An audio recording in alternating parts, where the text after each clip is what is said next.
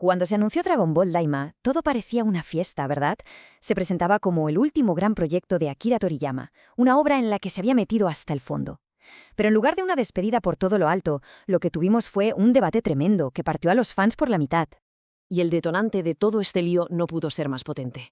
Ojo, que estas palabras no las dice un cualquiera. Son de Kazuhiko Torishima, el editor histórico de Toriyama.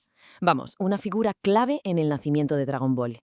Su opinión no fue una simple crítica, fue una bomba, una que sacudió los cimientos de todo el fandom. Así que esa es la gran pregunta que vamos a intentar responder. ¿Estamos ante un paso en falso, como dice su antiguo compañero de batallas, o es esta la obra final que Toriyama quiso dejarnos exactamente como él la había imaginado? Para entenderlo bien, vamos a desgranar el legado tan divisivo que ha dejado. Veremos los argumentos a favor y en contra, nos meteremos en el corazón del debate sobre la identidad de la franquicia y, por supuesto, terminaremos con una reflexión sobre este adiós a Toriyama. Venga, empezamos por el núcleo del conflicto. Un proyecto final que, por todo el peso emocional que tiene, ha generado una división como pocas veces se ha visto. A ver, el debate se puede resumir en estas dos posturas que chocan de frente.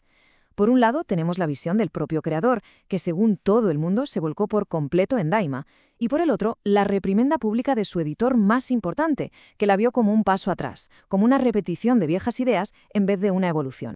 Vale, ahora vamos a ver los argumentos a favor de Daima, porque para muchísima gente esta serie no fue un error, sino todo lo contrario, un regreso intencionado y muy emotivo a las raíces de la saga. La gente que estaba dentro lo tiene claro. El productor ejecutivo, Akio Iyoku, lo confirma. Esto no fue un encargo sin más. Fue el propio Toriyama el que se sintió motivado y se puso a crear toda la historia, los personajes, el mundo, todo. Esto refuerza la idea de que Daima fue un proyecto muy, muy personal. Entonces, ¿cuál era la visión? Pues primero, una vuelta clarísima al tono de aventura y humor del primer Dragon Ball. Segundo, una calidad de animación brutal, algo que casi nadie discute. También se pensó para que nuevas generaciones pudieran engancharse sin tener que verse 40 años de historia.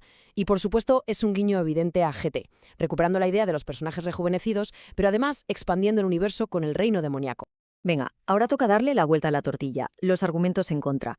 Y es que para una parte muy importante del público, Daima no fue un homenaje, fue una historia llena de potencial completamente desperdiciado. La crítica principal se resume en una palabra: frustración. La serie no paraba de presentar ideas súper interesantes, mundos nuevos, personajes con misterio, pero casi nunca llegaba a explorarlos a fondo, dejando una sensación de que todo era muy superficial. Y es que los ejemplos son muy claros y frustraron a muchísima gente. Te presentan los apegabichos, una nueva forma de fusión súper curiosa, pero se pierde el estuche y el concepto desaparece.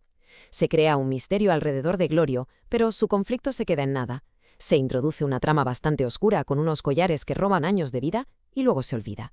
Personajes como Goma, criticados por ser simples payasos, y la esperadísima nueva transformación de Super Saiyan 4 que aparece casi sin venir a cuento. Esta cita de un fan en Reddit lo clava la verdad. Es una metáfora potentísima. Una producción visualmente espectacular, una iglesia adornada, pero que para algunos se sentía vacía por dentro, sin aprovechar ninguna de las oportunidades que ella misma creaba. Y todo esto nos lleva al fondo del asunto. La polémica de Daima no es solo sobre Daima.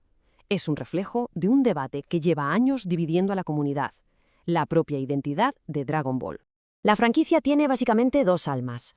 Por un lado, el Dragon Ball original, que era aventura, humor y exploración.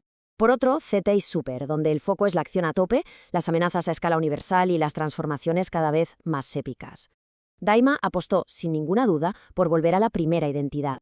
Y esta es la pregunta del millón, ¿no? ¿Debería la saga crecer y hacerse más compleja, con los fans que llevan 30 años viéndola? ¿O su misión es reinventarse para atraer a un público nuevo, más joven? La opinión que se tenga sobre Daima casi siempre depende de cómo se responda esta pregunta.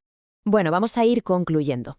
La muerte de Akira Toriyama convierte a Daima en su testamento creativo, y eso, claro, le da un peso y una complejidad enormes a su legado. Al final, no hay una respuesta correcta. Que Daima te guste o no depende de lo que busques en Dragon Ball. Si valoras el humor, la exploración y un tono más ligero, es muy probable que la disfrutes. Si prefieres la tensión, los combates épicos y las consecuencias a gran escala, pues es posible que te decepcione. Pero al final, quizá lo más importante son las palabras del propio Toriyama. Más allá de cualquier crítica o debate, esta fue su última obra, un proyecto en el que invirtió su tiempo y su pasión con una única esperanza: que quienes la vieran, la disfrutaran. Y tal vez ese sea el verdadero punto de todo esto. Daima fue la despedida, el punto y final de una era. Y nos deja con una pregunta inevitable y un poco melancólica. Ahora que el arquitecto de este universo ya no está, ¿hacia dónde va a ir Dragon Ball? El futuro es más incierto que nunca.